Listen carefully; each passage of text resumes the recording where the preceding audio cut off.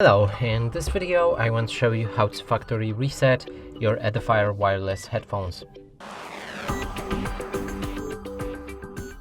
And to do this you will need to look right here, make sure that your Edifier is powered on, so hold the power key until it starts. Now you can see it by a LED lamp flashing that the headphones are powered on.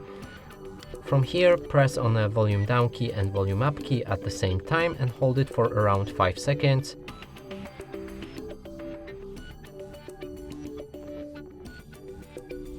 You'll get this rapid flash of a LED, and that means factory reset is finished. And that's it for this video. Hope you like it. Please consider subscribing to our channel, leave a like and a comment below.